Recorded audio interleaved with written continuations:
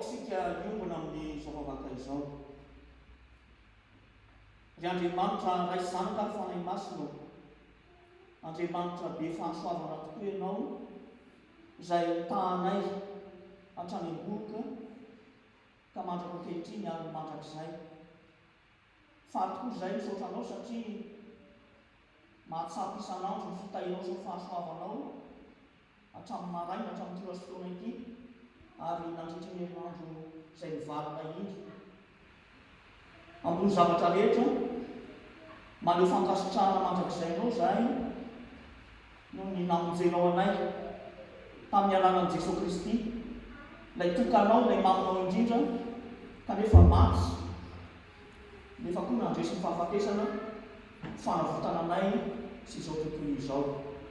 Ny fanamasina ataonay ahoana ny tsy saotra anao satria ianao no mitady-dalana anay isan'andro, no ny asanao mahagaga no mampafavory anay eto amin'ny tempolo masina ity amin'izao maraina izao. Koa atanterao ny asanao, mitalia anay dia feno finoana, fanantenana, fitiavana izahay mba hisangatany voninahitrao izao fampivoavahana izao, ary amivozanay hery, fanasitranana, fampiononana, fampiavana avy amin'ny teninao masina sy ny sakramenta. Tompo, manoloana anao sy ny fahatsarano rehetra dia menatra izahay, satria mpamintamanitra na amin'ny fisainanay, na amin'ny fiteninay, na amin'ny asa sy ny fihetsikainy, ka sady mamparelo anao no mampalahelo namanay, koa mba mondrafo mamela heloka dia mba enoy ny vavakay mangina amborahana aminao ny fahotana isam-batan'olona, isa-tokantrano, isam-bondrona, isa-pirenena, ary amin'ny anaran'ny zanak'olombelona rehetra mihitsy.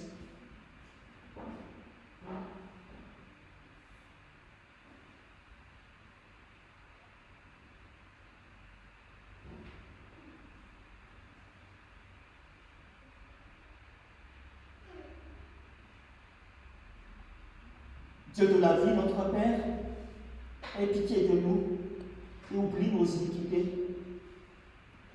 Jésus-Christ, notre Sauveur bien-aimé, et notre frère très aimant, prends pitié de nous et purifie-nous, justifie-nous, sanctifie-nous par ton sang précieux versé sur la croix du Calvaire, et que la puissance de ta résurrection et de ton ascension nous permette de nous soumettre au guide du Saint-Esprit pour nos jours restants. Saint-Esprit, c'est toi notre guide par excellence, et c'est en toi que nous puissions trouver le vrai renouvellement. Aie pitié de nous et donne-nous un cœur nouveau, une vie nouvelle, qui fasse rayonner ta bonté, ta magnificence, ta gloire, et donne à tout un chacun l'assurance et l'espérance de la rémission de ses péchés en Christ, notre Sauveur bien-aimé. Éternel, sanctifie et agrée ce culte, ainsi que chacun de nous, afin que tout ce que nous allons faire ensemble constitue un bouquet de louanges à la glorification de ton nom et une source vive de paix, de guérison, de réconfort et de réconciliation en toi et avec toi. Par toi, Jésus-Christ, le chef de l'Église, le chemin, la vérité, la vie, et surtout la lumière du monde. Merci éternel, car tu es bon, et ta miséricorde demeure éternellement. Amen. nous inviterions tous les membres de l'école du dimanche à se lever pour entonner les strophes 2 et 3 du cantique numéro 769 avant l'enseignement.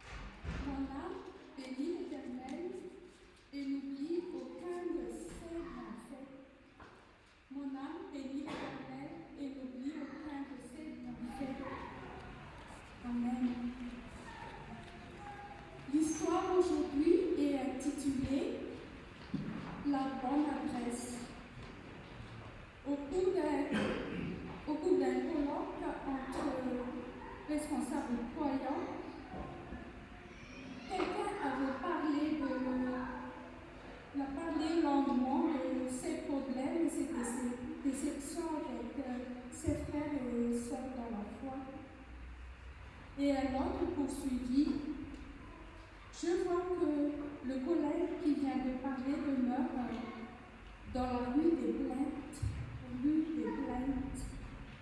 J'y ai moi-même habité quelque temps et je ne m'y suis jamais bien portée. L'air était malsain, la maison était malsaine, l'eau était malsaine, les oiseaux ne chantaient pas et moi-même j'étais triste et de mauvaise humeur.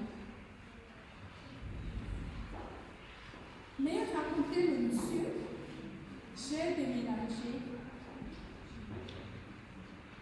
J'ai quitté la rue des Plaintes. J'ai quitté la rue des Plaintes pour aller vivre à la rue de la Reconnaissance. Et depuis lors, je me porte bien, et ma famille aussi. Dans cette rue de la Reconnaissance, l'air y est pur, l'eau est pure, la maison est saine et exposée au soleil. Là, les oiseaux chantent et je suis heureux du matin au soir. Et si j'ai un conseil à donner à notre frère, c'est de déménager lui aussi, quitter la rue des Plaintes. Il y a beaucoup de maisons à louer, rue de la Reconnaissance. Et s'il veut y venir, je suis sûre qu'il y serait transformé et moi-même, je serais très heureux de l'avoir comme voisin. Eh bien, n'est-ce pas une histoire qui nous fait réfléchir? Eh bien, réfléchissons plus souvent aux multiples dons que Dieu nous fait, plutôt que de se lamenter sur ce qui nous manque, sur ce qui ne va pas. Efforçons-nous de faire le compte de ses bienfaits. Peut-être pourrions-nous nous-mêmes apporter un peu d'amour, un peu de joie, de paix à notre rue. Nous pourrions devenir ainsi une bénédiction pour notre famille, pour notre entourage, notre communauté. Je vous relis le psaume 103, verset 2, et aussi le numéro 107, dans lequel nous pouvons lire 4 fois la même prière. Fakipamni ten malakas amnenarantu misoranjeo farfanaik ari azamisy adomonao fitahiany rehetra. Aoka iteranjeo ireo no ny famindram-pony sy ny fahatagana ataony amin'ny zanak'olombelona. À toi seul la gloire, Seigneur Jésus. Amen. Prions. Seigneur Jésus, nous te louons, toi le prince de la paix, le maître au fardeau léger. Nous avons besoin de ta présence constante, toi qui es la source de vie. Touche nos cœurs avec ta main puissante pour nous guérir de ce que nos cœurs portent et qui nous affaiblissent, qui peuvent nous plonger dans le désespoir. En ton saint nom, nous prions Jésus. Amen.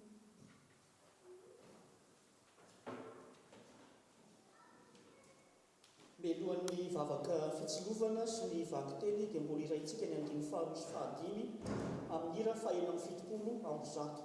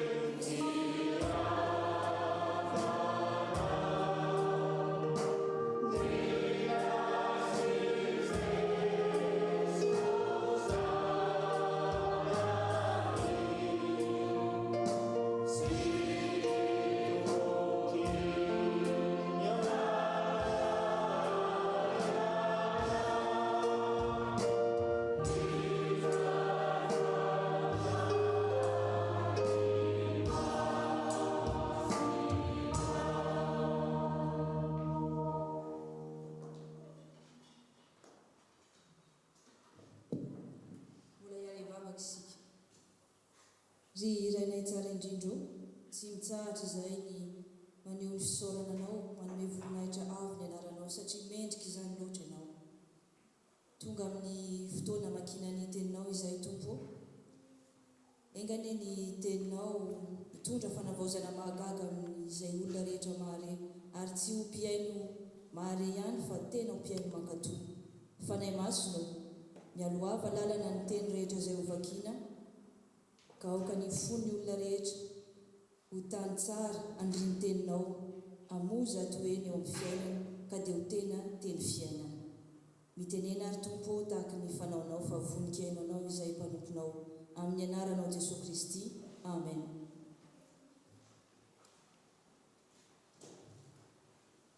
Ny perikopantsika nio ry havana dia ho hitantsika ao amin'ny boky Samuela faharoa toko fahatelo amby roapolo andininy voalohany ka hatramin'ny fahafito.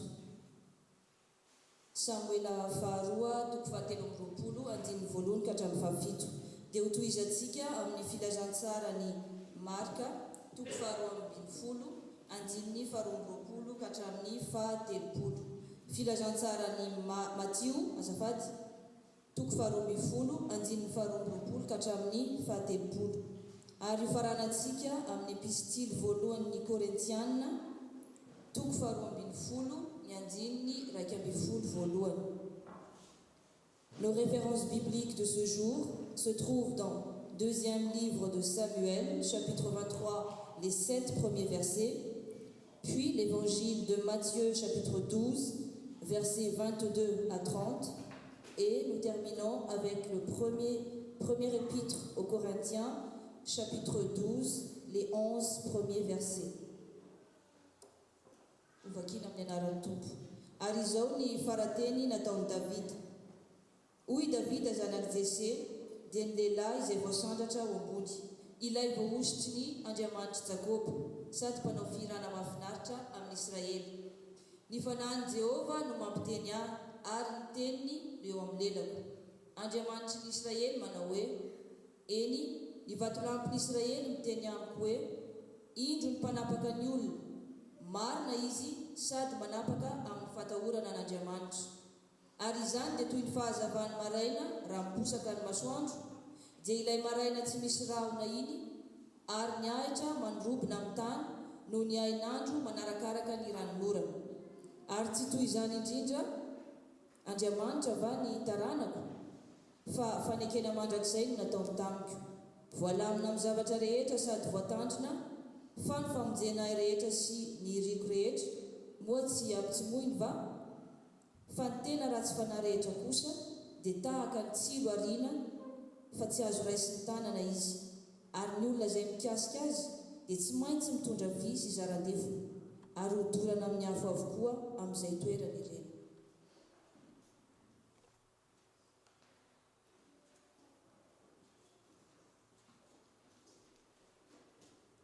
Des gens amènent à Jésus un homme qui est aveugle et muet à cause d'un esprit mauvais. Jésus le guérit. Alors l'homme se met à parler et il voit clair. Toutes les foules sont très étonnées et elles disent « Cet homme est peut-être le fils de David ». Mais quand les pharisiens entendent cela, ils disent « Cet homme ne chasse les esprits mauvais qu'avec le pouvoir de Satan, qui est leur chef ». Jésus connaît leurs pensées et il leur dit « Quand les habitants d'un royaume font la guerre entre eux, ce royaume est détruit. Quand les gens d'une ville ou d'une famille se battent entre eux, cette ville ou cette famille ne peuvent pas continuer à exister. Si Satan, l'esprit du mal, chasse l'esprit du mal, il est en guerre contre lui-même. Alors, comment ce royaume peut-il continuer à exister? Vous dites, c'est Satan qui lui donne le pouvoir de chasser les esprits mauvais. Mais alors, qui donne à vos amis le pouvoir de chasser ces esprits? Ainsi, vos amis eux-mêmes montrent que vous avez tort. Mais moi, c'est l'Esprit de Dieu qui me donne le pouvoir de chasser les esprits mauvais. Le royaume de Dieu est donc arrivé jusqu'à vous. Quand quelqu'un veut entrer dans la maison d'un homme fort et prendre ses richesses, il doit d'abord attacher l'homme fort. Alors il pourra tout prendre dans la maison. Celui qui n'est pas avec moi est contre moi. Celui qui ne m'aide pas à rassembler le troupeau, il le fait partir de tous les côtés.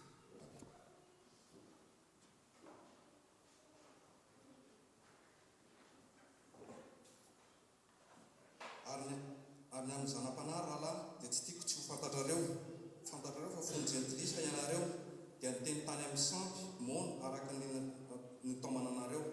Fa mampafantatra anareo aho fa tsy misy olona ampitenen'ny fananan'Andriamanitra ka manao hoe vahaozina Jesosy tsy misy mahay manaiky hoe Jesosy ny tompo na raha tsy amin'ny fanahy masina. Zarazaraina ny samihafa ny fanomezam-pahasoavana nefa ny fanahy dia iray ihany, ary zarazaraina ny samihafa ny fanompohana nefa ny tompo dia iray ihany, ary zarazaraina ny samihafa ny asa nefa Andriamanitra dia iray ihany, izay miasa ny zavatra rehetra amin'ny olona rehetra, ary izay rehetra dia samy nomeny fampisehoana ny fanahy hahasoa. Fa ny anankiray nomeny fanahy ny teny fahendrena, any anankiray ny teny fahalalana araka izay fanahy izany ihany, any anankiray finoana amin'izany fanahy izany ihany, ary ny anankiray fanomezam-pahasoavana poenty mahasitrana araka izay fanahy iray izany ihany, any anankiray manao fahagagana araka ny anarany maminay, ary ny anankiray dia ny mahafantatra fanahy samihafa, any anankiray dia miteny amin'ny fiteny samihafa tsy fantatra, any anankiray dia mandinika ny fiteny tsy fantatra. Ireo rehetra ireo dia samy fanahy iray ihany, zarazaraina ho azy rehetra avy araka ny sitrapony. Ray masina manomasaina famarina fanontena.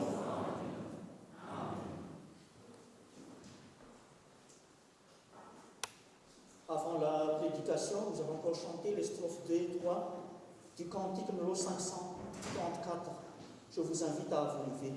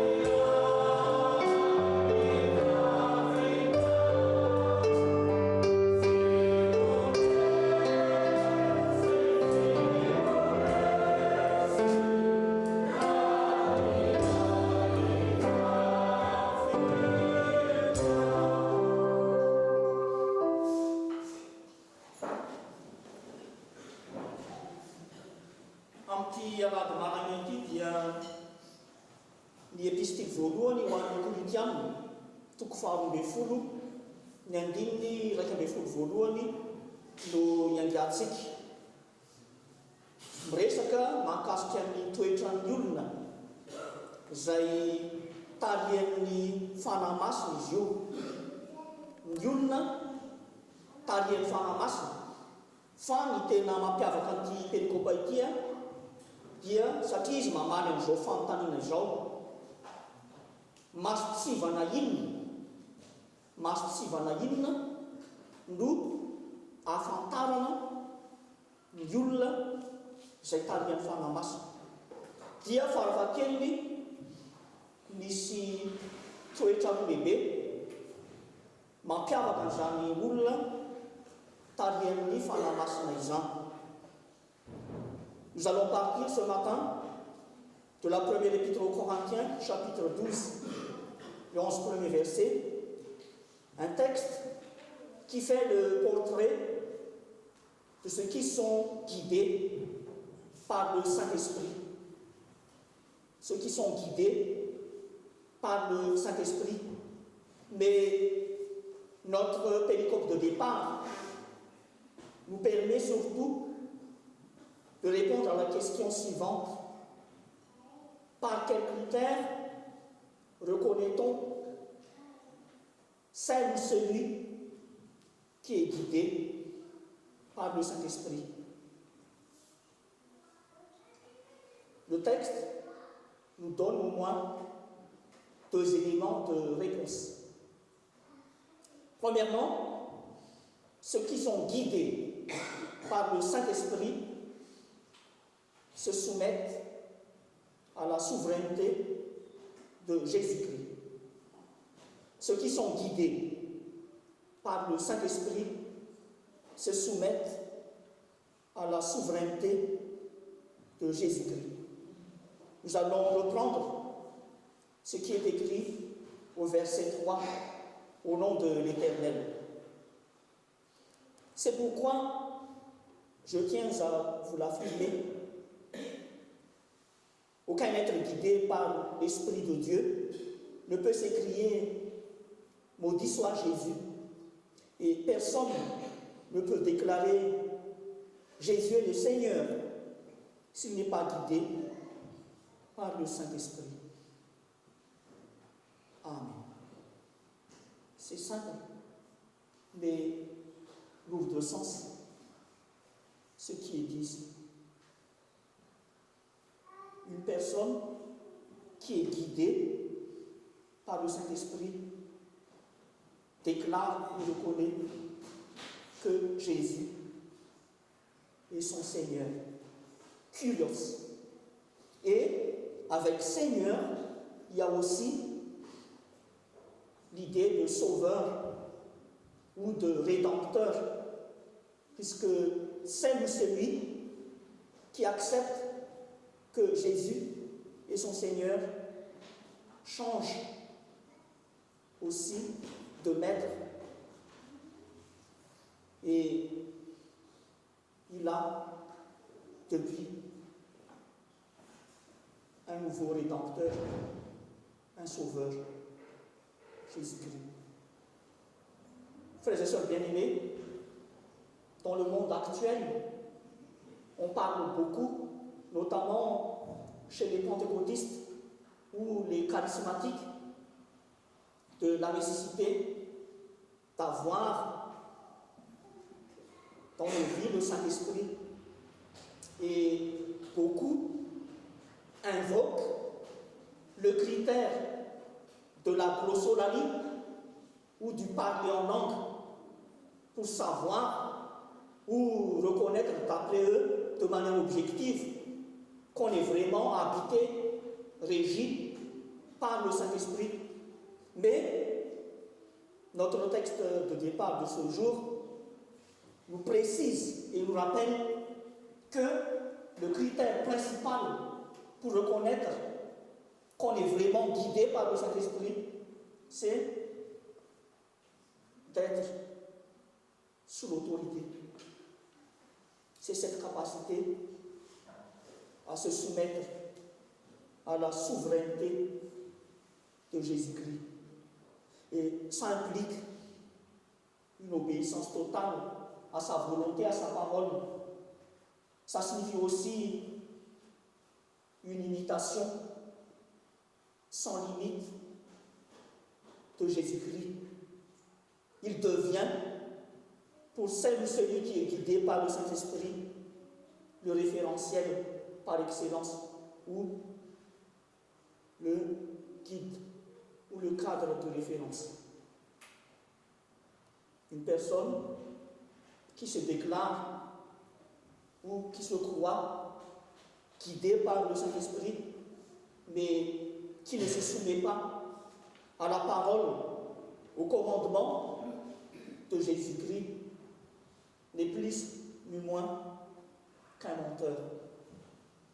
Zavatra voalohany izay voaresaka eto amin'ity soratra masina ity dia izao: ny olona tany amin'ny fanamasina dia mankatoa ny fahefan'i Jesosy Kristy, mankatoa ny fahefan'i Jesosy Kristy. Hoy voalaza ny andiny fahatelo amin'ny anaran'ny Tompo. Koa mampafantatra anareo aho fa tsy misy olona ampiteny amin'ny fahanan'Andriamanitra ka manao hoe voaozona Jesosy, ary tsy misy manaiky, tsisy mahay manaiky hoe Jesosy no Tompo raha tsy amin'ny fanamasina. Amen. Raha ohatrika zao mandeha mamaky gazety na boky na fikarohana mahakasika ny fivavahana, na koa mandeha any amin'ireny tranokala isan-karazany tahaka ny YouTube, dia misy fampianarana avy amin'ireo pentecôtiste na koa avy amin'ny charismatique, dia lazain'izareo tena zava-dehibe, izany hoe mahazo antoka fa tena anjakany fanamasina ianao, tena tarihan'ny fanamasina ianao. Dia nefa izao tambola niomanao mpitandrina dia nandeha nitety an'ireo fiangonana pentecôtiste ireo, tsy avoatanisa eto ny anaran'izy ireo, fa rehefa tonga any zany ianao dia ny fampahirezana na baiko ataon'ilay pastera ao anatin'ilay fiangonana, ataoko anaty farantsosana, dia izao hoe ataovy izay andraisanao fanamasina an'io, ary ny ahafantarana an'izany dia tsy maintsy miteny amin'ny fiteny tsy fantatra ianao, fa raha tsy miteny amin'ny fiteny tsy fantatra ianao tahaka an'izay hita ao amin'ny bokin'ny Asan'ny Apôstôly toko faharoa, dia mbola tsy nandray fanamasina ianao. Zay zany ny zavatra ampianarina. Fa mazava tsara tompoko resahan'ity Korintianina voalohany toko 12:7 ity, fa ny masitsivana voalohany tena afantarana fa ao amin'ny olona anankiray fanamasina ary mitarika azy dia izao io olona io izay mankatoa ny fahefan'i Jesosy. Jesosy no tompony, ka rehefa miteny zany hoe Jesosy no tompoko dia ny dikan'izay zany ny sitrapon'i Jesosy no tanterahanao, ny tenin'i Jesosy no arahanao, izay mahafaly an'i Jesosy no tanterahanao. Ary miaraka amin'izay koa hoe rehefa Jesosy no lasa tomponao dia ny dikany koa zany izy koa no mpanavitra anao, satria nanova ny tompo teo amin'ny fiainantsika. Izy ny tompontsika taloha dia ny devoly, ny tompontsika taloha dia ny fahotana sy ny fahafatesana, fa rehefa manaiky an Jesosy tompontsika dia lasa izy ny tompontsika. Dia dikan'izay zany avotra isika, lasa manana mpanavitra, lasa manana mpamonjy isika eo amin'ny fiainantsika andavanandro. Azay ihany no masitsivana tsara indrindra ary azo antoka ahafantarana fa tarihan'ny fanamasina. Tsy hoe ny olona anankiray ihany, fa ny fikambanana anankiray, ny sampana anankiray, ny fiangonana anankiray. Ka na ty fiangonana mamontsika ity ka nana fiadanana sopisoloany nareo tovonina ao amin'ny departemanta fahavalon'ny fitokolo rehetra, dia tokony atsy azo antsika hoe tena mila ny fitarihan-dalana fanamasina isika. Zay ny tena mahafiangonana antsika, ary tsy fiangonana mihitsy anefa isika raha tsy mankatoa eo amin'ny fiainantsika manontolo ny fahefana mahatompo, mahampanjaka an Jesosy Kristy. Izy no voalohany, izy no lehibe indrindra eo amin'ny fiainantsika sy eo amin'ny fiainan'ny fiangonana sy ny fikambanana izay misy atsika. Tsy ny vola, tsy ny fahaizana, tsy ny maha-olombelona, tsy ny fampianaran'olombelona ny zava-dehibe, fa Jesosy ilay tompo sy Andriamanitra, ilay tena mpamonjy atsika. Ary izao no tena anisany hoe mampiavaka an'i Jesosy. Jesosy tsy misetrasetra. Jésus-Christ ne nous impose rien. Il ne s'est pas imposé comme notre Seigneur, notre Maître ou notre Rédempteur, mais il s'est sacrifié. Il a payé le prix très cher de ce statut de Maître, de Seigneur et de Rédempteur dans nos vies, surtout par sa mort sur la croix du calvaire. Ary rehefa miteny azy zany teo hoe raha Jesosy tompontsika dia makatahaka azy antsika. Ny toe-tsainy ny fomba fiasany dia io azo fijaliana io mampahatsiahy antsika isan'androandro hoe ohatran'ny ahoana ny toetra amin'ilay tompontsika, toetra amin'ilay mpamonjy antsika hoe mahafoy aina, mahafoy telo, manetry telo, satria tsisy mahavidy aina zany, tsy voavidin'ny olona ny aina. Ary amintsika malagasy na hitokana ny aina ao anatin'ny seule vie. Kanefa izao ny Jesosy natony nafoiny mba hananantsika fiainana mandrakizay, ka raha izy ny tompontsika dia izay fomba fiasana sy izay toetsa izay koa no tokony hananantsika pino tsiraray avy, ny sampana tsiraray avy, ny fiangonana manontolo.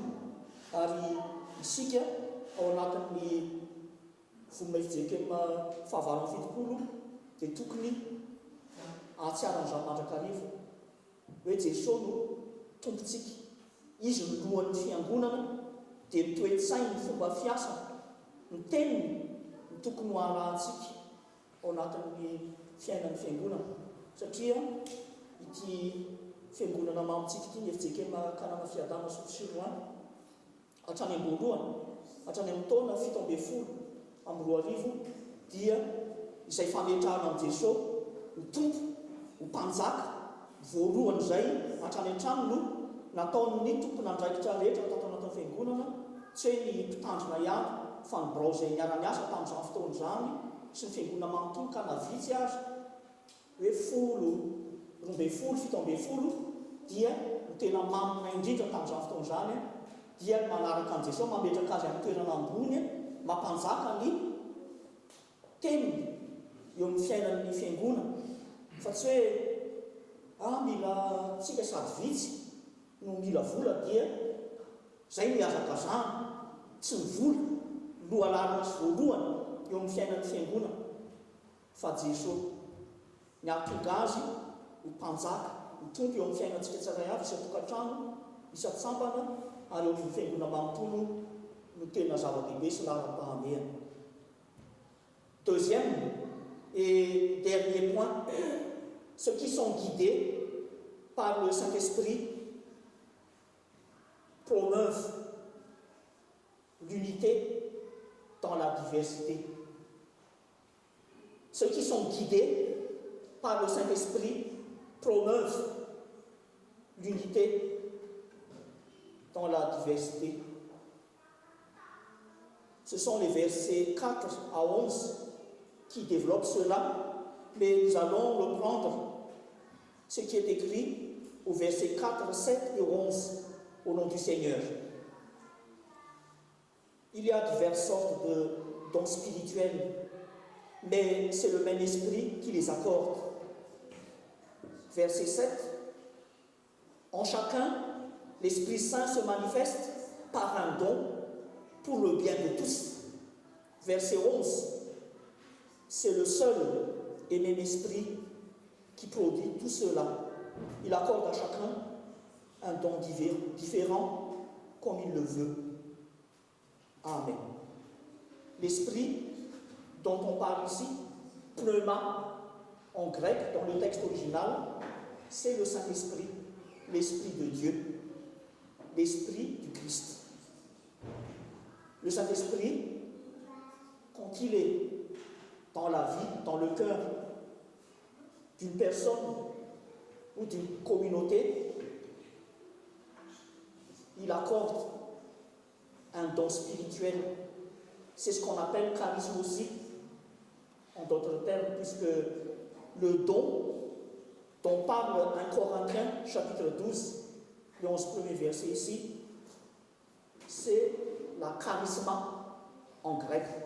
Charisma, c'est un don exceptionnel, précieux, mais gratuit de la part de Dieu.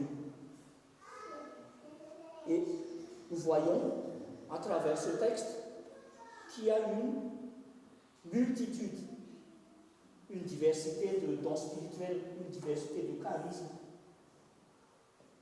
de services, d'activités pour le Seigneur. Mais tous les dons ou charismes viennent du Saint-Esprit selon sa volonté.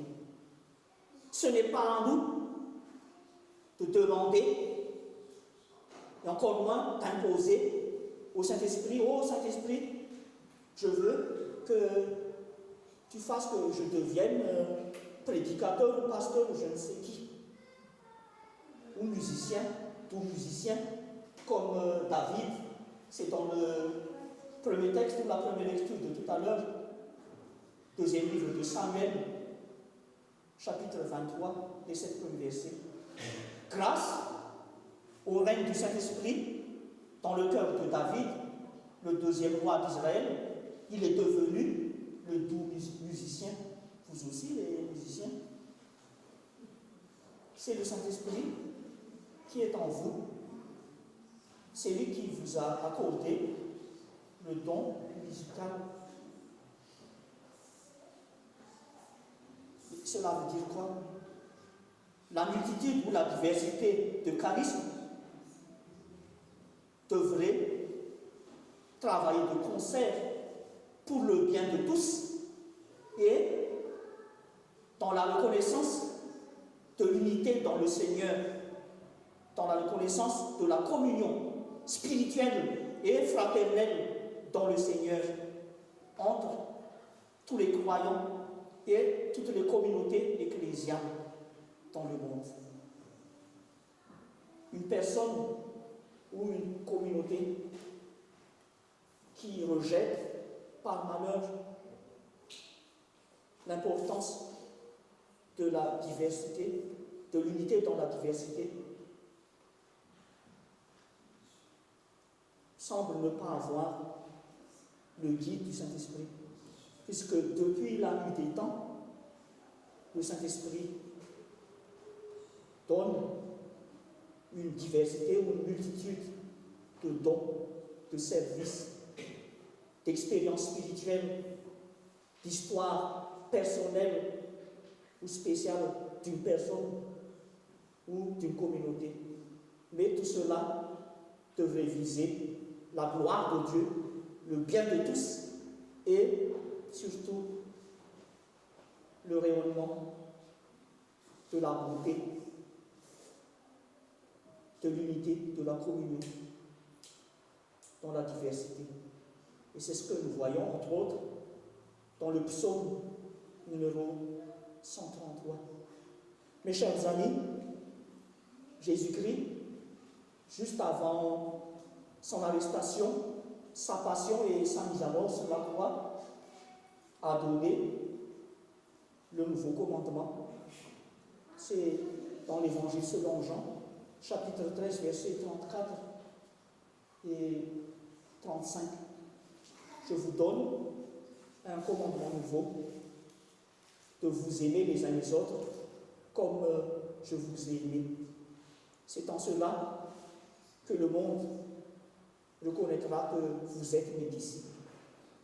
Donc, sans communion fraternelle, sans cette promotion de l'unité dans la diversité, au sein de chaque famille, dans chaque personne et dans chaque communauté ecclésiale, on ne pourrait jamais se targuer d'être disciple de Jésus-Christ. L'identité du disciple du Christ, c'est l'amour avec grand A.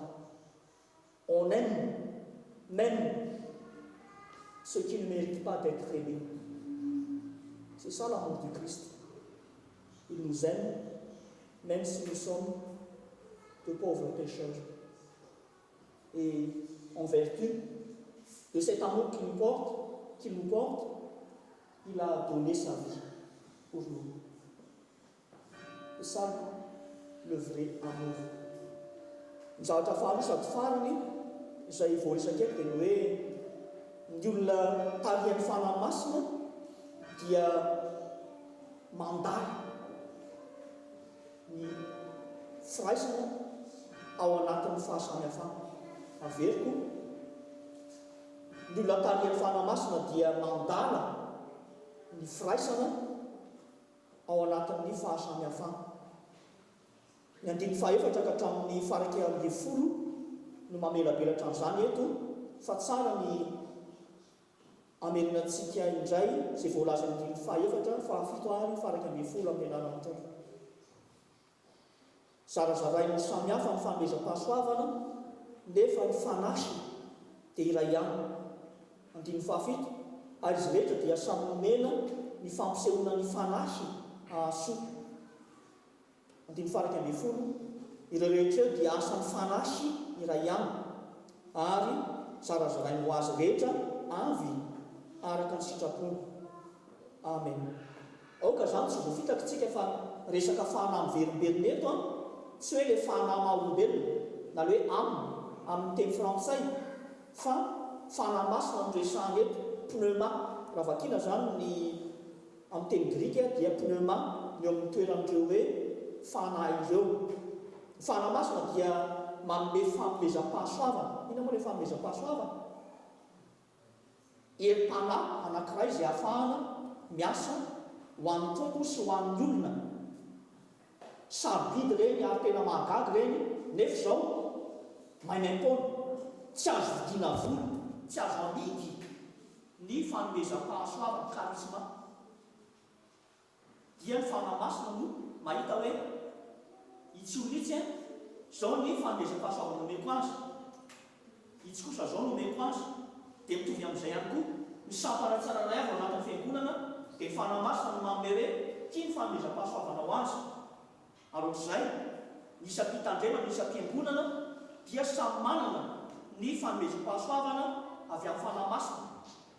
Ka ny tokony hitabidiana zany dia hoe tsy isika akory no mangataka, ary naovinaovina tsy hanery ny fanahy masina. Tsika hiteny hoe ny fanahy masina mba tena tianay raha mba omenao fanomezam-pahasoavana ty fiangonana ity, tena mahay mihira tsara.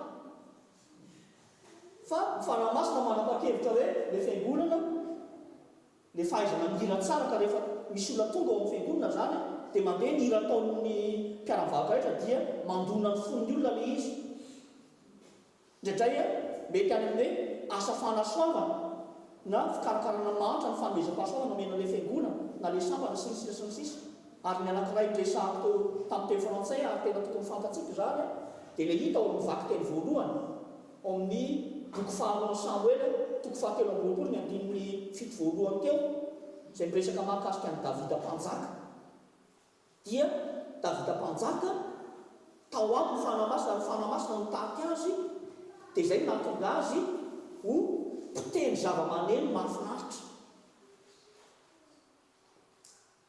Misy olona zao tena miezaka izy mba hianatra hitendry, ohatra ny mpanompo-lahana aloha zao tambola tanoran'olo kokoa, isaky ny hariva avy any am-pianarana dia mianatra mitendry, ary fantatra ohatr'izao ny fomba fitendrena. Fa zao tsy afaka terenao ny fanahy masina nomenao ny talenta na ny fanomezam-pahasoavana, fa zavatra hafa no nomeny anao. Fa zao ireo talenta sy fanomezam-pahasoavana samy hafa ireo dia atambatra ny fanahy masina ireo mba ho voninahitr' Andriamanitra irery ihany, mba hanasoavana ny be sy ny maro manerana an'izao tontolo izao, ary mba hanehoana ny maha-iray ny fiangonana. Ary ity zany dia tokony ho tabidiana tsara, satria raha vakiny ty Koritianina voalohany toko 12 ity manasa antsika fiangonana zany mba hamanty azy hatrany amin'ny farany rehefa tonga any an-trantsika na amin'ny fotoana mahamety azy. Fa rehefa toizantsika ao ambadibadika ao ambany ao dia izao tsy misy mihitsy zany hoe olombelona anankiray ohatra hoe ty mpanompo-lahana an'io ity dia maso daholo manomboka eto zany hatrany am-paradis dia maso daholo le izy na vava fotsiny. Fa misy ny maso, misy ny olona, misy ny vava, misy ny tanana. Dia mitovy amin'izay ny fiangonana, ny ankonana kristiana tsiraray avy, hoe misy amintsika natao hoe tanana izy, ny sasany atao hoe sofina, ny sasany atao hoe orona sy ny sisa sy ny sisa. Fa ny fitambaran'ireo no mahavelona n'ilay olombelona sy ahafahany manome voninahitra an'Andriamanitra sy mitondra soa amin'ny hafa. Dikan'izay zany ny olona tarian'ny fanahy masina dia mandala ny firaisana, ny fifankatiavana, ny fihavanana. ny fiombonana mahatsiary hoe iray ihany sika ao amin'ny tompo na dia maro azy. Et c'est ce que le Seigneur nous rappelle à chaque sacrement de la Sainte Seine. Que dit l'officiant ou le pasteur en élevant le pain? Que dit l'officiant? Le pain que nous rompons est communion au corps de Jésus-Christ, le corps livré pour nous. Puisqu'il n'y a qu'un seul pain, nous formons un seul corps malgré notre diversité, parce que chacun de nous prend part à ce même et unique pain. Cela veut dire que chaque communion, chaque chrétien et toute l'Église du Seigneur qui est censée être guidée par le Saint-Esprit devrait promouvoir et défendre l'unité dans la diversité dans le Seigneur. Io zany tena zava-dehibe. Tena ahafantarana hoe manjaka ao amin'ny olona anankiray, ao anatin'ny ankonana anankiray, ao anatin'ny sampana anankiray, ao anatin'ny fiangonana anankiray, ny fanamasina. Dia rehefa misy izay fandalana, ny firaisana, ny fiombonana, fifankatiavana izay ao anatin'ny fahasamihafana. Si nous poursuivons la lecture de tout le chapitre 12 de la première épître aux Corinthiens, on nous montre que l'Église n'est pas du tout appelée à devenir un monstre. L'Église ne sera jamais une Église monstrueuse. Qu'est-ce qu'une Église monstrueuse? C'est une Église qui n'est composée que de plusieurs yeux, ou oreilles, ou bouches. Dans la vraie Église, guidée par le Saint-Esprit, il y a l'unité dans la diversité. Il y a une interdépendance mutuellement bénéfique et avantageuse entre les différents membres de cette Église. Diavana, hatramin'ny farafinaintsika farany, ao anatin'ny fitarian'ny fanamasina antsika, na eo anivon'ny mpivady, na eo anivon'ny ankonana, na ao anatin'ny sampana misaintsika tsirairay avy, fiangonana samihafa, dia aoka anjaka mandrakarivo, izany fandalana ny firaisana ao anatin'ny fahasamihafana izany, fa io no masitsivana azo antoka faharoa, milaza fa eo ambany fitarian-dalana fanamasina ilay olona na ilay sampana na ilay fiangonana. Feny ny olona tarian fanamasina dia mankatoy ny fahefan'i Jesosy Kristy eo amin'ny fiainana, ary faharoa mandala ny firaisana ao anatin'ny fahasamihafana izy. Ho an'Andriamanitra irery ihany ny voninahitra mandrakizay. Amen.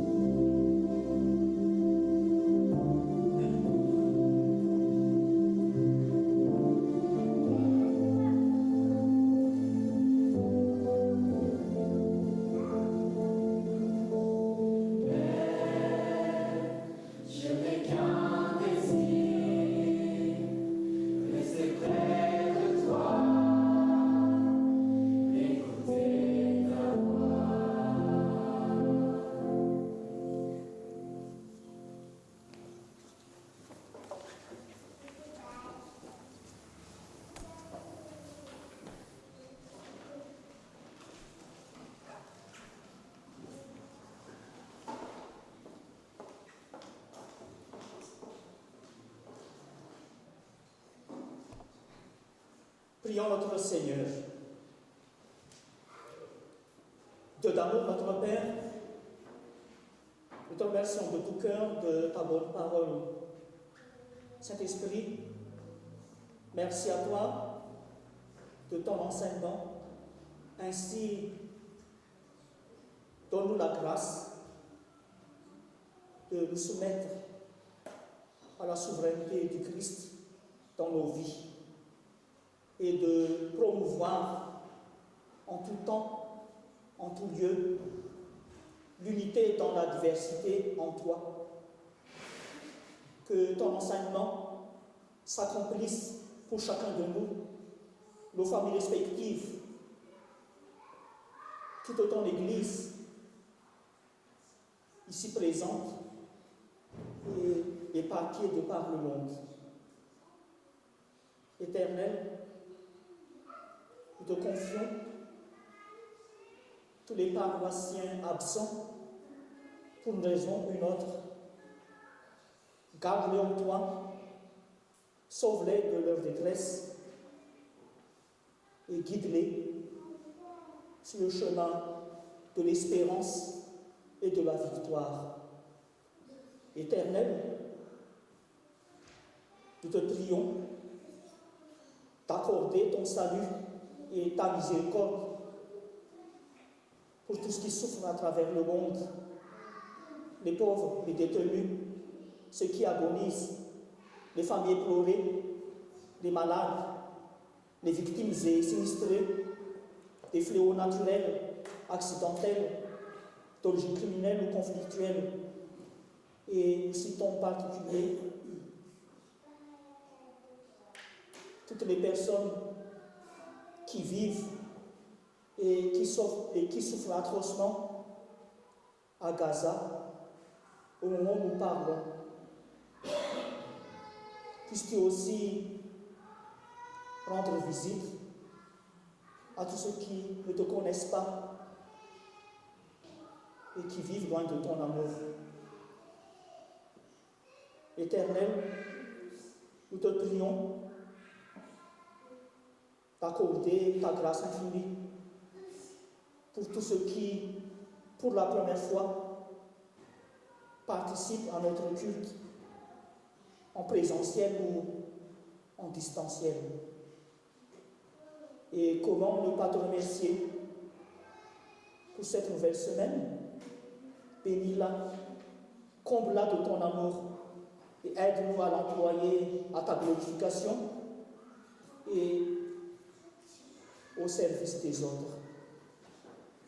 Père, tu vois nos vies, nos aspirations, nos soucis, nos espérances, ce qui nous attend durant cette nouvelle semaine,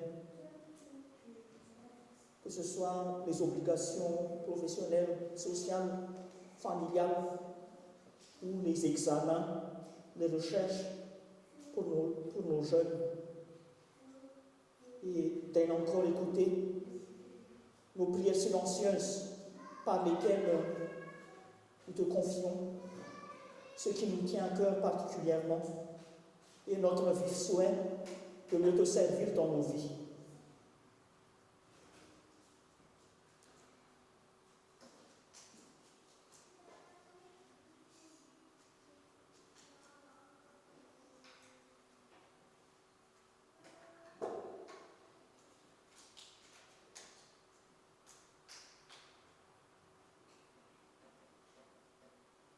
Ry Andriamanitra rainay eo, misaotra anao indrindra izay nahatratra ity alahady natokana ho amin'ny mpiasan'ny foibe fijekely ity, dia ianao no hita ampahery andreo mpiasa ireo, indrindra manoloana ny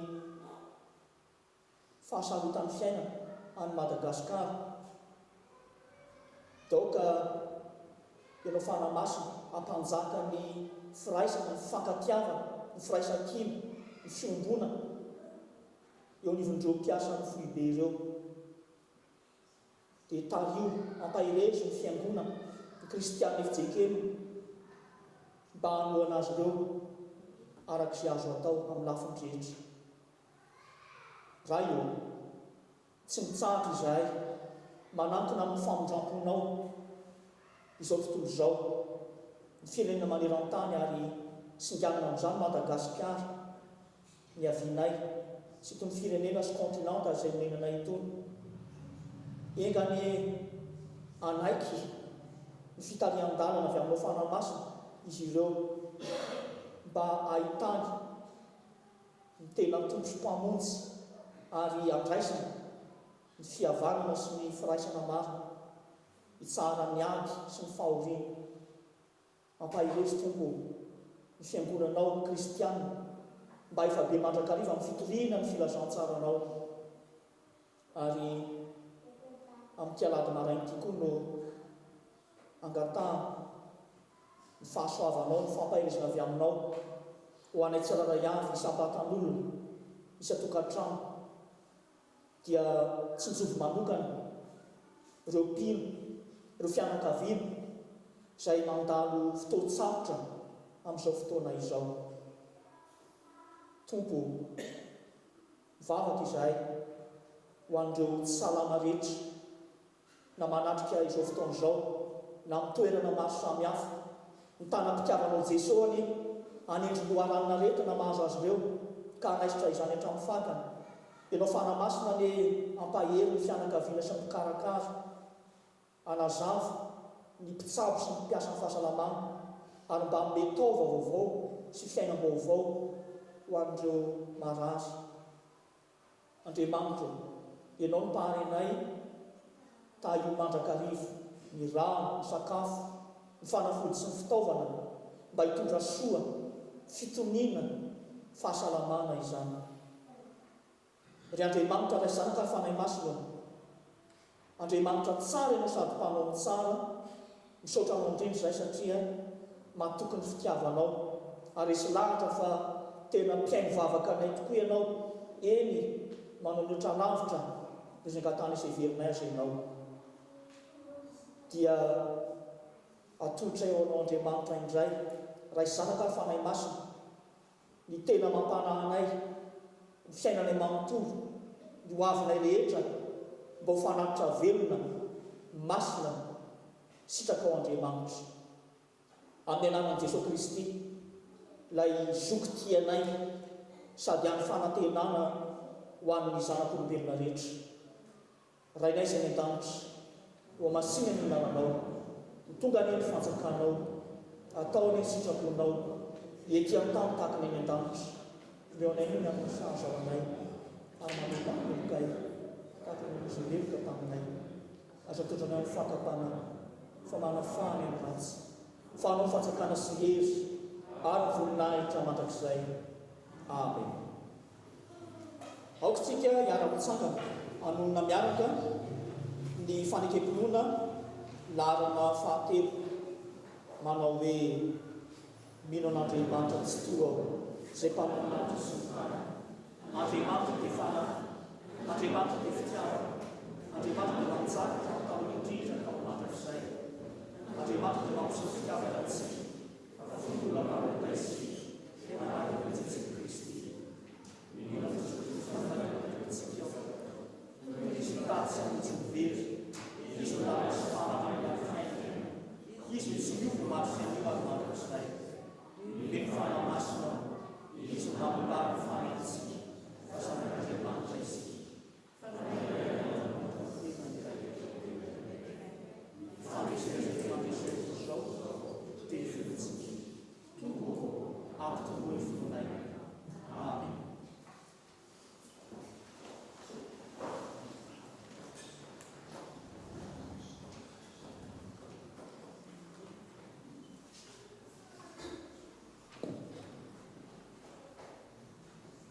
La paix de Christ soit avec vous tous.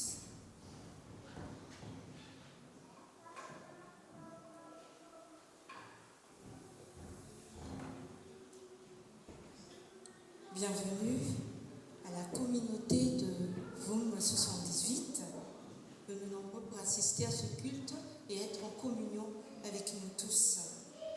Et nous remercions le Seigneur car la création du VOM 78 est sortie du journal officiel en date du mardi 13 mai dernier.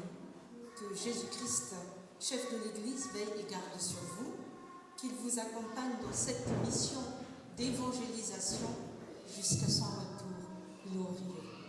Merci. Quelques rappels. Dimanche 25 mai, dédié à toutes les mères, c'est-à-dire fête des mères. Vous êtes tous invités à venir pour prier à toutes les mamans. Jeudi 29 mai, jeudi de l'Ascension, il y aura un culte ici à 10h, suivi de la Sainte Seine.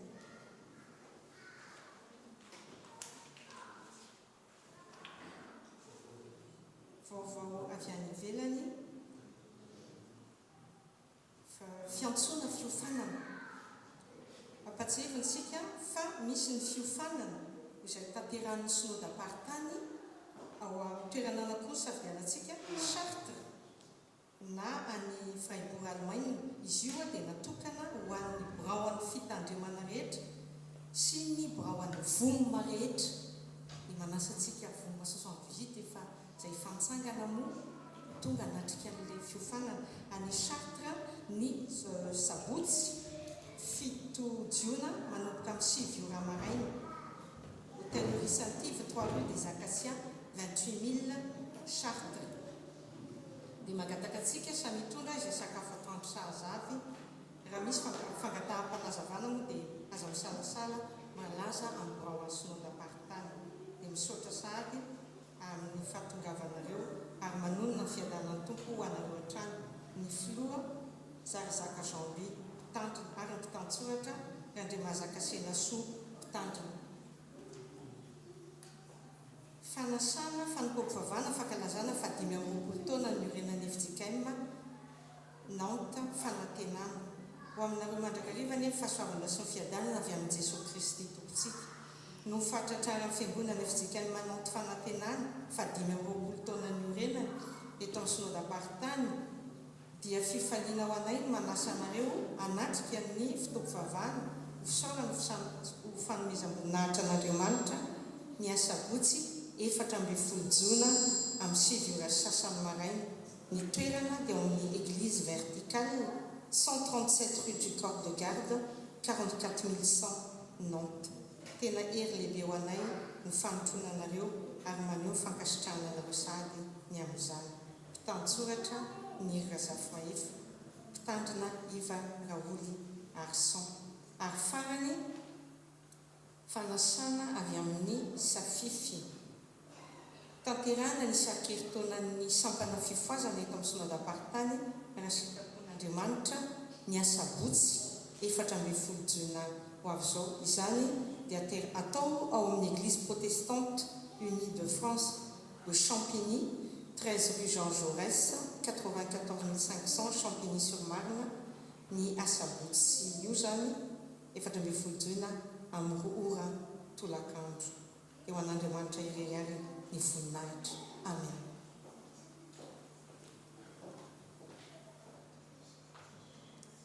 Je suis ravi de vous adresser à nouveau les salutations fraternelles au nom de notre Seigneur et il nous tient à cœur de réitérer à l'endroit de la communauté des fidèles protestants FJKM des Yvelines 78 nos salutations particulières et nos meilleurs vœux.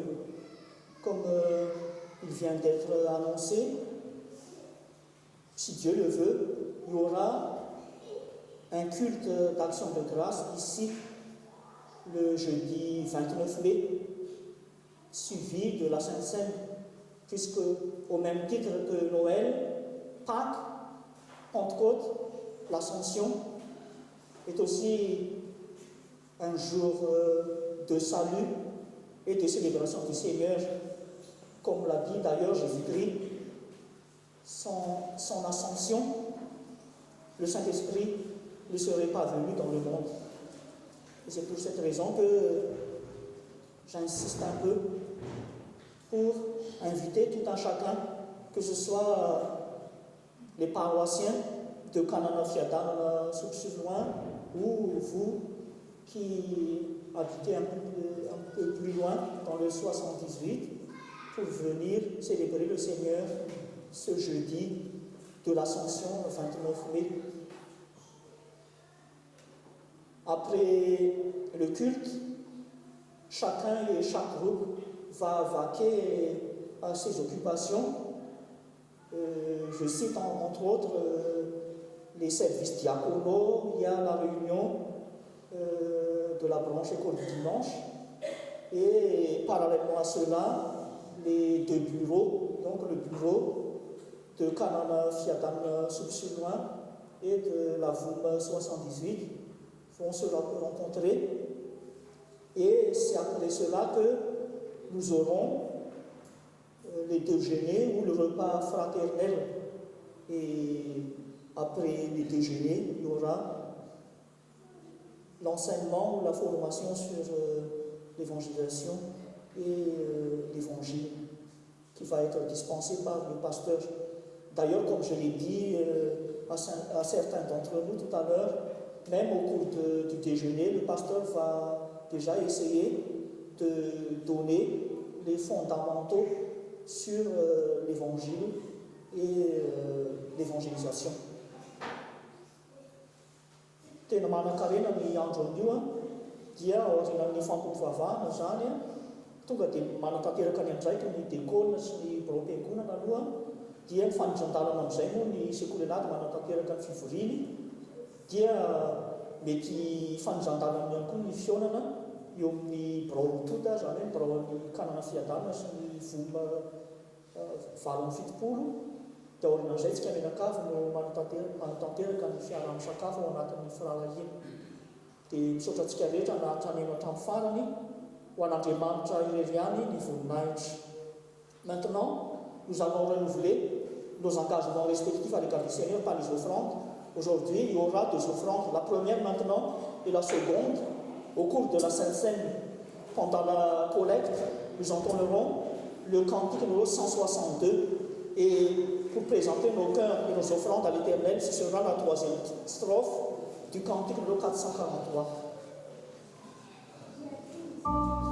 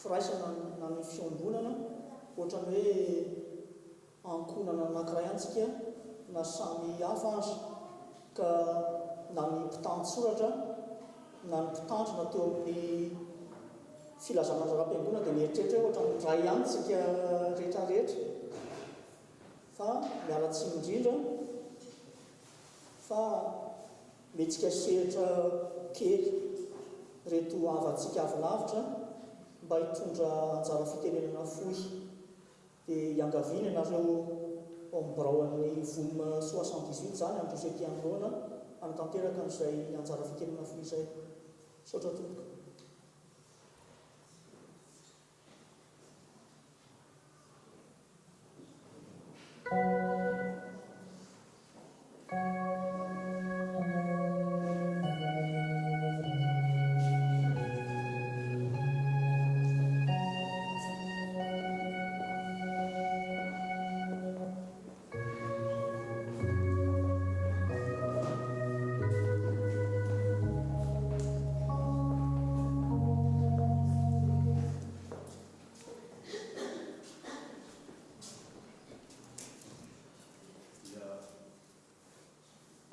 dia faly miarabantsika mpianakavy finoana reto zany zay faly zay sarosarotra aminay ny anakona ny fifaliana miaravavaka aminareo eto maromaro zay manko ny mpisolotena eto ary reto zany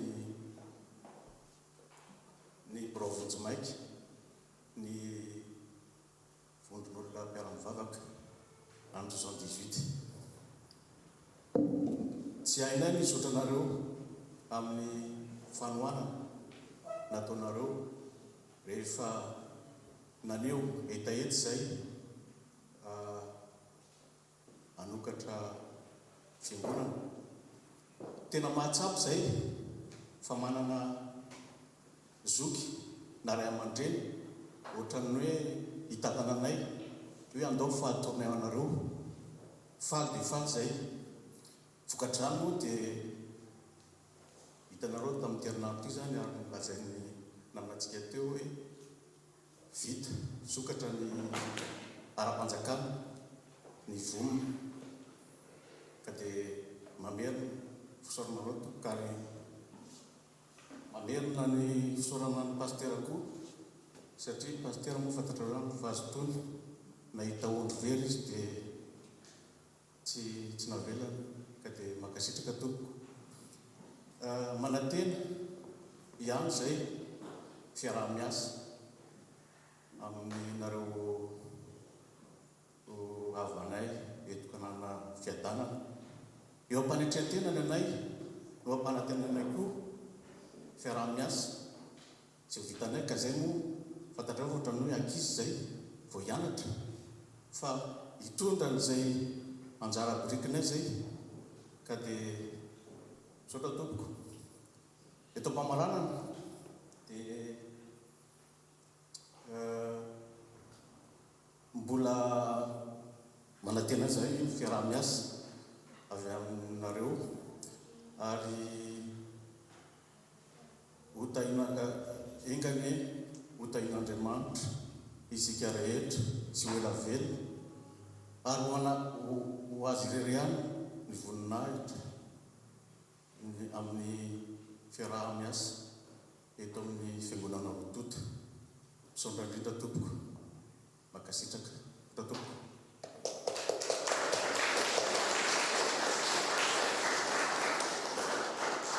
Dia amin'ny anaran'ny tompo sy ny fiangonana ankana fiadanana no andraisan-tananareo sy rariana sofeno ho an'ny VOM ao amin'ny départementa fahavalo amin'ny fotokolo dia tompo mba tsika misaotra indrindra tompoka.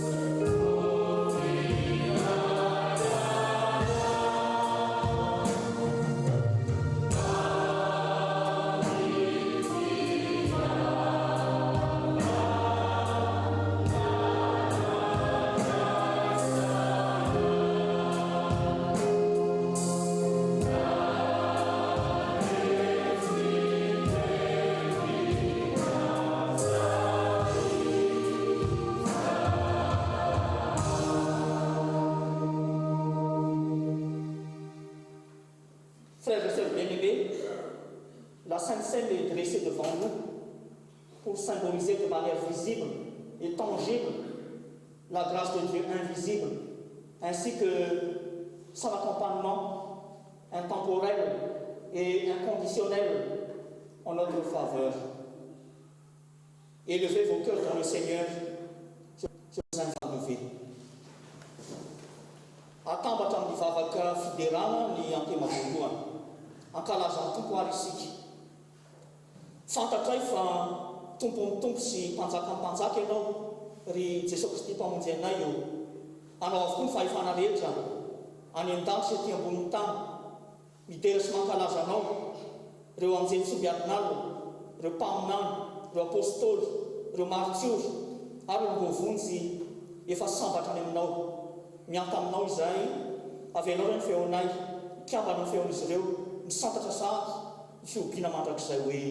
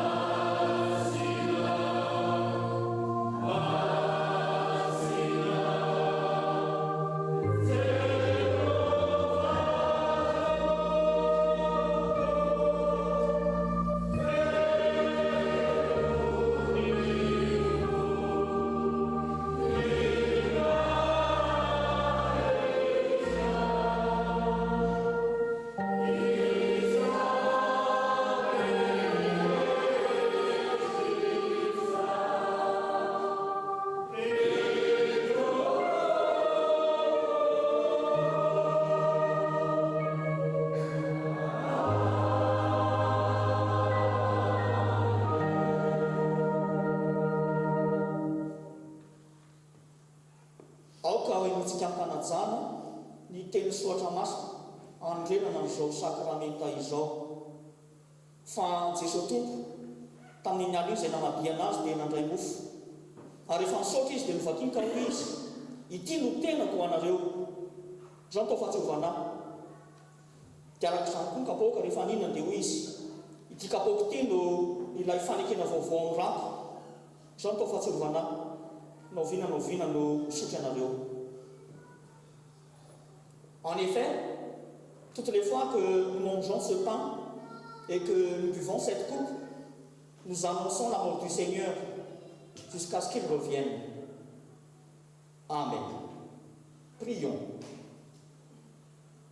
Nous nous souvenons de toi, Jésus-Christ, toi qui étais dans le sein de ton Père avant la création de tout l'univers, mais par amour pour nous, tu as accepté de t'humilier, de t'abaisser, en devenant simple humain comme nous et en naissant dans l'étable de Bethléem.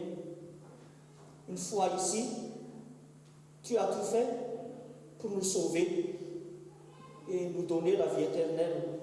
Pour y parvenir, tu as accepté de souffrir et de mourir sur la croix du Calvaire. Mais le tombeau n'a pas pu te retenir. Tu es ressuscité, tu es vivant pour toujours, et ta victoire est aussi la nôtre. Actuellement, tu sièges à la droite de ton Père pour accomplir le sacerdoce du grand prêtre par excellence. Tu pries pour nous et tu intercèdes en faveur de toute l'humanité. Un jour, tu reviendras dans ta gloire pour juger les vivants et les morts et rassembler tous les membres de ton peuple à tes côtés pour vivre heureux éternellement dans ton royaume céleste. Ô Jésus-Christ, nous aspirons sans cesse et profondément à ton retour. Maintenant, sois avec nous. Manifeste-nous ta présence réelle et effective et accepte l'offrande d'action de grâce que nous te faisons. Saint-Esprit, œuvre en nous pour que nous reconnaissions notre sainte communion au corps et au sang de Jésus-Christ en prenant le pain et la coupe. Saint-Esprit, sanctifie le pain pour qu'il symbolise le corps de Jésus-Christ dont les meurtrissures assurent la guérison de toutes nos maladies. Saint-Esprit, sanctifie la coupe pour qu'elle symbolise le sang précieux de Jésus-Christ versé sur la croix en gage de notre entrée au ciel. Écoute-nous, Père Tout-Puissant, dans ta grâce en Jésus-Christ, car c'est à toi, Père, Fils et Saint-Esprit, la gloire pour les siècles des siècles. Amen.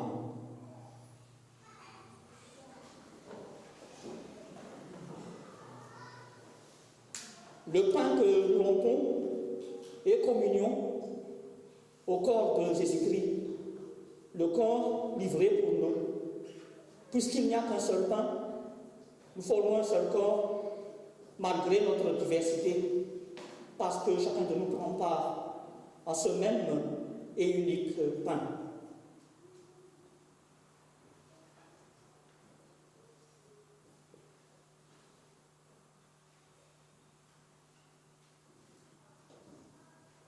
La coupe pour laquelle nous rendons grâce est communion au sang de Jésus-Christ, celui de la nouvelle alliance, versé pour la multitude en rémission des péchés.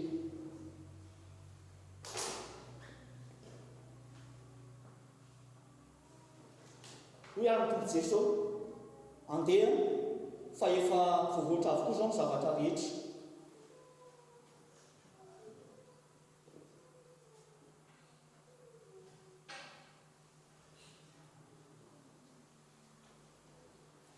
Tia ny tenako ny tompo. Ceci est mon corps, dit le Seigneur.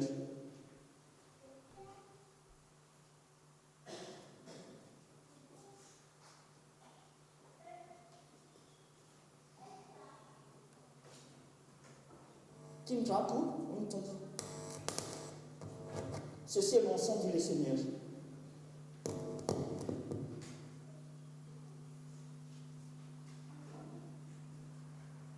Eny zany kazarao amin'ny anaran'ny tompo ho an'ny mpianaka amin'ny finoana. Pendant le partage, nous entendrons la première strophe du Seigneur nous a aimés et le cantique numéro 100.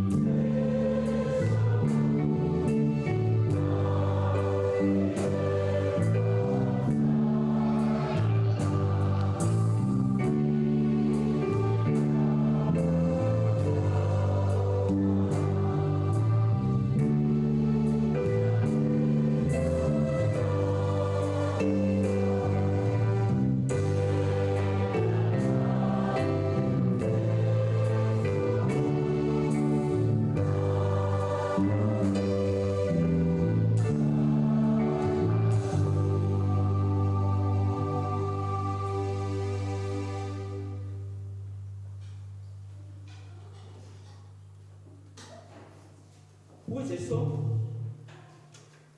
raiso hano ity ny tenako izay omenao anareo zao tao fahatsiovana naoviana no mihinana ianareo.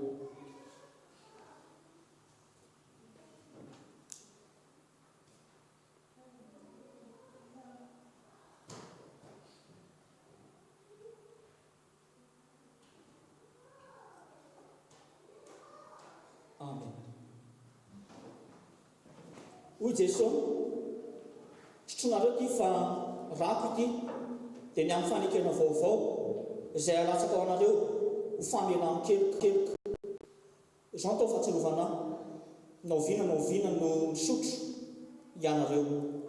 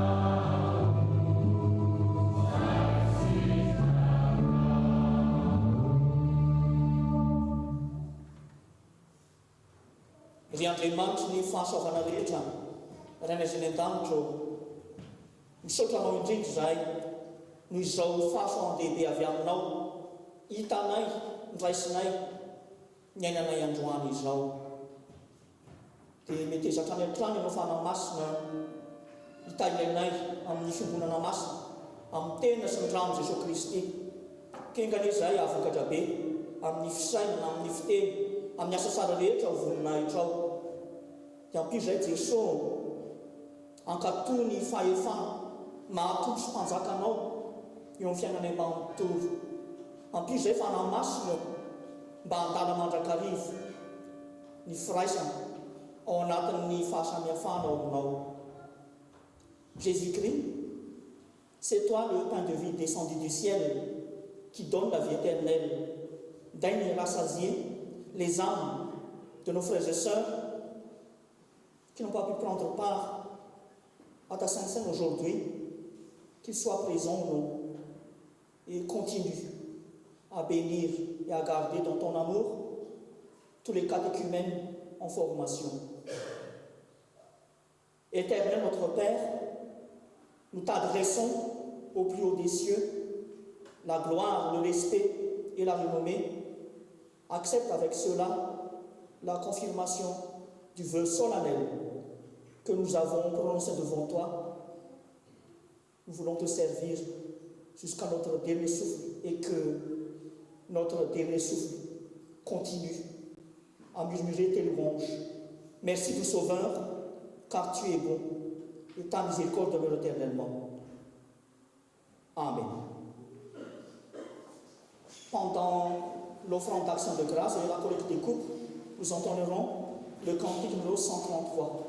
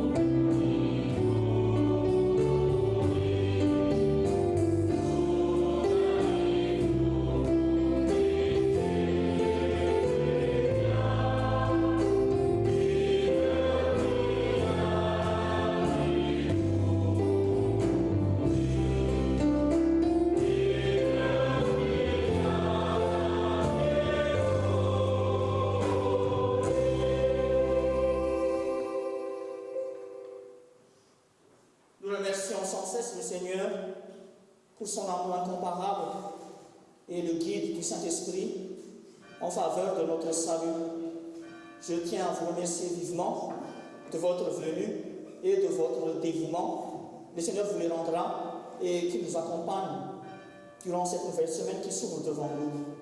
Après l'envoi et la bénédiction, nous entonnerons la main dans la main, l'hymne d'amour partagé, 6 ans, toujours en contemplant l'Esprit, la croix de notre Sauveur bien-aimé Jésus-Christ. Je vous invite à vous lever.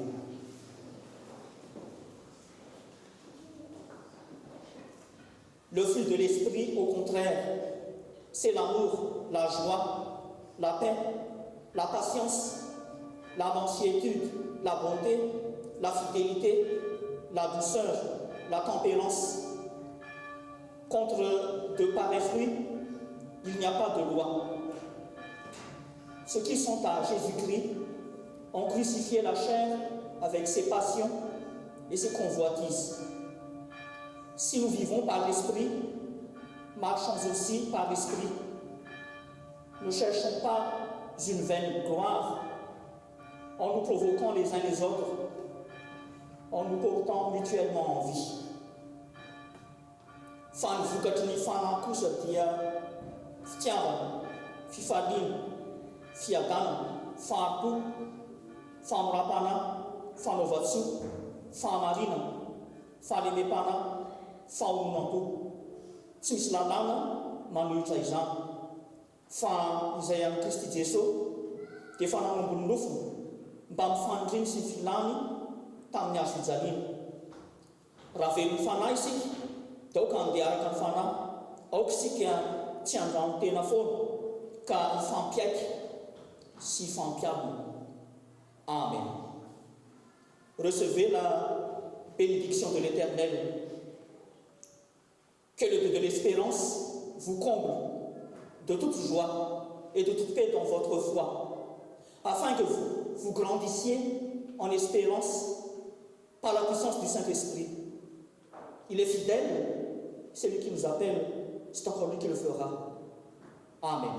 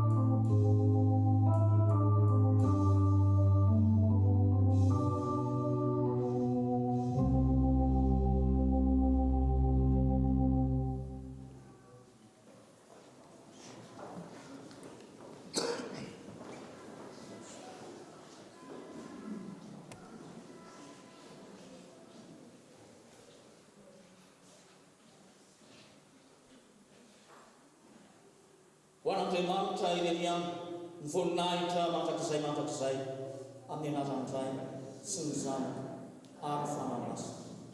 Amen. Allez demeurer dans la paix de notre Seigneur. Excellente semaine à toutes et à tous. Merci beaucoup et que Dieu vous bénisse.